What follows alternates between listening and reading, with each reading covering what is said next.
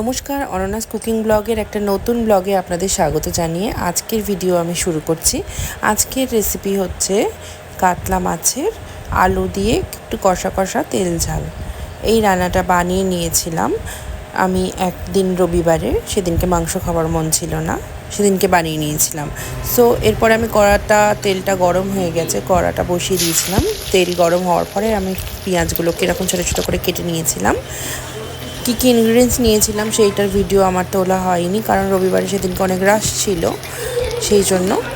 তো পেঁয়াজটা ভালো করে ভাজা হয়ে গেছে। তারপরে আমি দিয়ে দিয়েছিলাম টমেটো কুচোগুলো ততক্ষণ অবধি ভাজতে হবে যতক্ষণ না এগুলো থেকে সুন্দর একটা অ্যারোমা ছেড়ে যায়। এইটাকে ততক্ষণ অবধি ভাজতে হবে। এর পরেই আমি দিয়ে দিয়েছিলাম আদা, রসুন, কাঁচা লঙ্কা, শুকনো লঙ্কা, একটুখানি জিরে একসাথে আমি পেস্ট করে রেখেছিলাম। সেই পেস্টটা আদা, রসুন, কাঁচা লঙ্কা, মানে রসুনের পরিমাণ খুবই কম, যেহেতু 2 পিস মাছ ছিল তাই রসুনের পরিমাণ আমি ওই 2-4 কোয়া মতনই দিয়েছি। আর আদাও 1 ইঞ্চের থেকে একটু কম দিয়েছিলাম।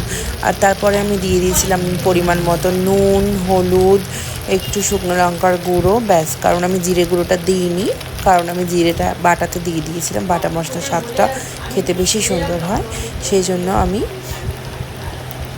জিরেটা বেটে দিয়েছিলাম।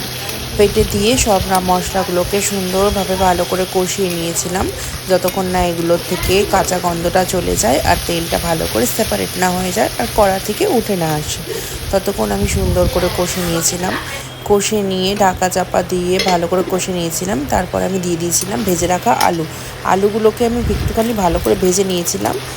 আমি ওই তিনটে ছোট ছোট আলুকে কেটে নিয়ে ভেজে নিয়ে রেখে দিয়েছিলাম আগে। তারপর আমি দিয়ে দিয়েছিলাম ধনেপাতার ডাঁটিগুলো এইরকম কষার স্টেজে দিয়ে দিলে কি হয়, সুন্দর একটা গন্ধ আসে, সুন্দর একটা ফ্লেভার আসে আরও ভালোভাবে।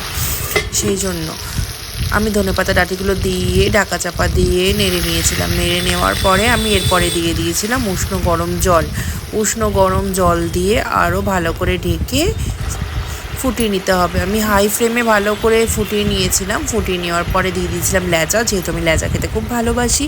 আর দিয়ে দিয়েছিলাম 1 পিস পেটি খেতে ও খুব ভালোবাসি, সেই জন্য। আর রবিবারে এতগুলো রান্না হয়েছিল, আর একবেলার জন্য রান্না করার জন্য, শুধু আমাদের দুজনের জন্য আমরা তাই 2 পিস নিয়ে নিয়েছিলাম। কেউ আবার ভাববেন না যেন যে কঞ্জুসি করলাম, সেই জন্য 2 পিস নিয়েছিলাম। হ্যাঁ, একটু কঞ্জুস তো আমি আছি, কিন্তু এতটাও না, জোকস অ্যাপার্ট। তারপরে আমি ঢাকা দিয়ে দিয়েছিলাম। ঢাকা চাপা দিয়ে এইটাকে আরেকটু ভালো করে মাছগুলো দিয়ে ফুটিয়ে নিয়ে আমি ধনেপাতাটা দিয়ে দিয়েছিলাম। ধনেপাতা, কাঁচা লঙ্কা দিয়ে একটু ঢেকে দিয়ে তারপরে নামিয়ে নিয়েছিলাম। ধনেপাতাটা দিয়েছিলাম কারণ আমি এতে গরম মশলাটা দিইনি। গরম মশলার ফ্লেভারটা ভাবছিলাম যে থাক, গরম মশলাটা আর দেবো না, সেই জন্য আমি গরম মশলা ফোড়নে দিইনি। দেখুন কত সুন্দর হয়েছে দেখতে। এইরকমভাবে কেক বানিয়ে খাবেন, খুব সুন্দর লাগবে। আর আমার মতন যারা আলু প্রেমী আছে তাদের জন্য তো এটা খুব মজাদার একটা রেসিপি। কত সুন্দর হয়েছে। রেসিপিটা পুরো দেখার জন্য সকলকে ধন্যবাদ। আমার চ্যানেলের সাথে থাকবেন, like, comment, share and subscribe করে দেবেন, যাতে আমি আরও সুন্দর সুন্দর ভিডিও আপনাদেরকে উপহার দিতে পারি। ধন্যবাদ।